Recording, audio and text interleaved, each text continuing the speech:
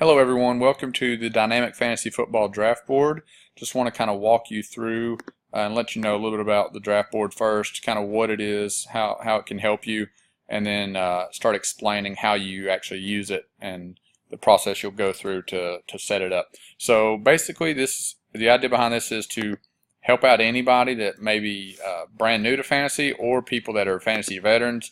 Just make the draft process easier and make each decision with each pick as easy as possible. So as you can see right here, this is the draft board that you actually use during the draft. You can see your overall player rankings. Currently this is set up for a 2-quarterback league, which is why the quarterbacks are so high in the rankings. You've got your value for your players.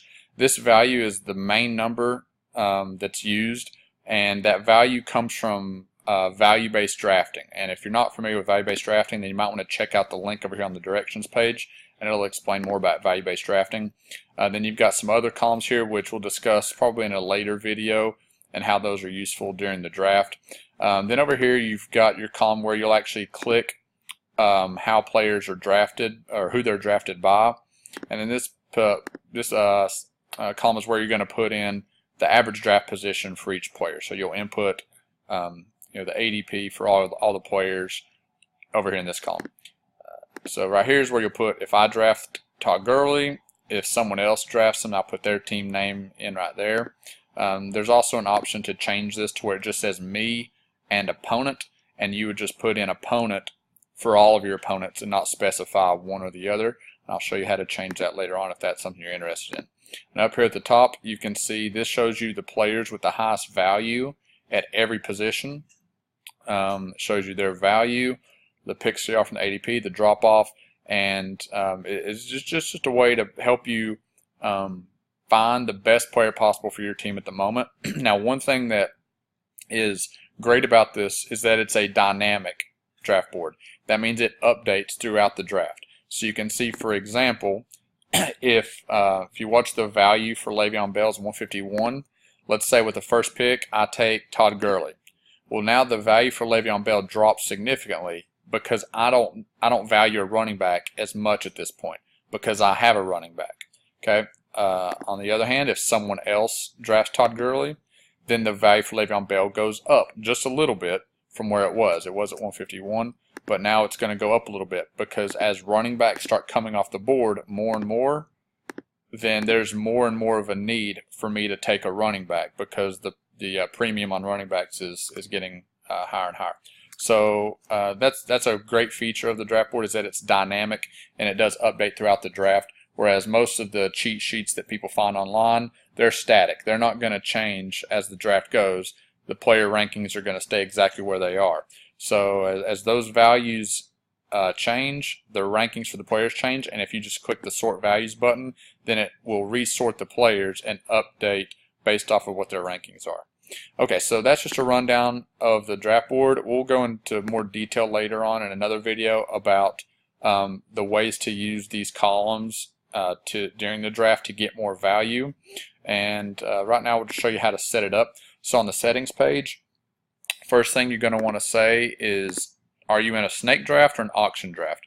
If you're in an auction draft, then over here on the draft board you can see the columns update, and now you've got a dollar value amount instead of the player's numerical value based off value-based drafting. Now these values are still based off of value-based drafting, but it updates to a dollar amount that coincides with the budget of your league. So as you change the league budget for the auction, which popped up right here, if you change this to a higher dollar amount, then you can see that the dollar amount for these players is going to increase based off of whatever your auction budget for the league is. So also these other columns change to show the budget for that position that you put in, and the average budget, which is the position budget divided by how many players at that position you want. So it tells you the average dollar amount for each player at that position that you draft. Over here on the settings, you can see if you pick auction draft, you're going to have a position budget option to type in how much money you want to spend out of your $200 at each position. Okay, so that's some of the auction draft things that will help you out if you do have an auction draft. So if you have a snake draft, then you just select snake. And of course, you can change your scoring system. Is it standard, PPR, half PPR? If you have a custom scoring setting, which doesn't follow one of these three, then you can hit custom and type in all of these values based off of your league's scoring settings.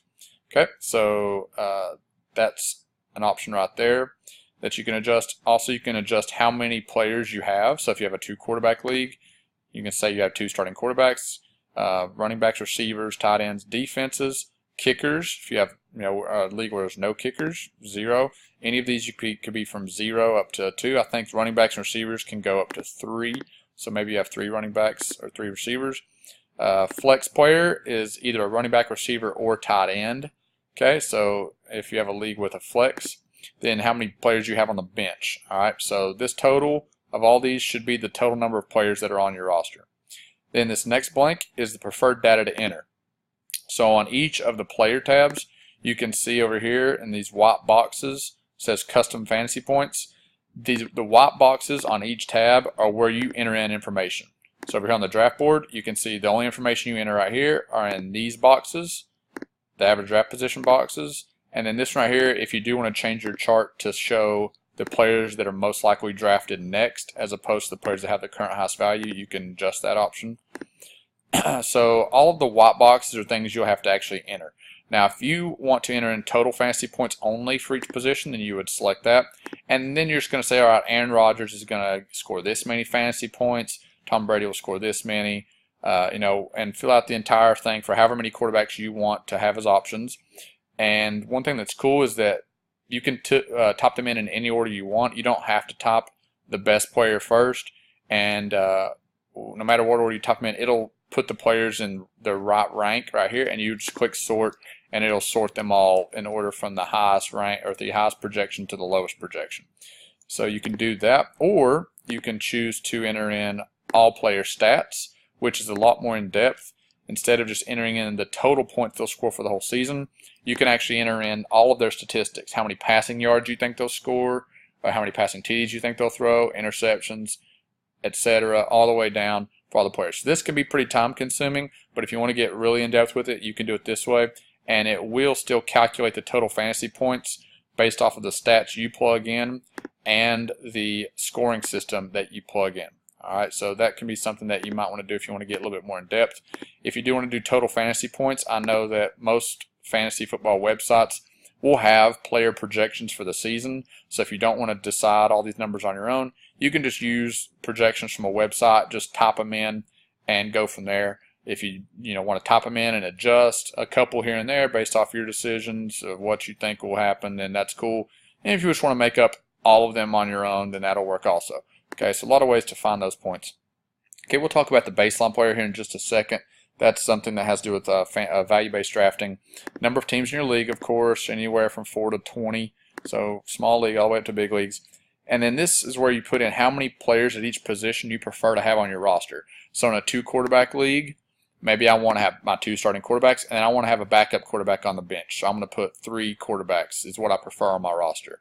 Maybe I don't want a backup quarterback, so I just say I want 2 starting quarterbacks. Okay, so that can be whatever you want for each of the positions. Just make sure that the total positions that you prefer adds up to the total players that are on the roster. Okay, so make sure the sum of all these adds up to the sum of all of those numbers.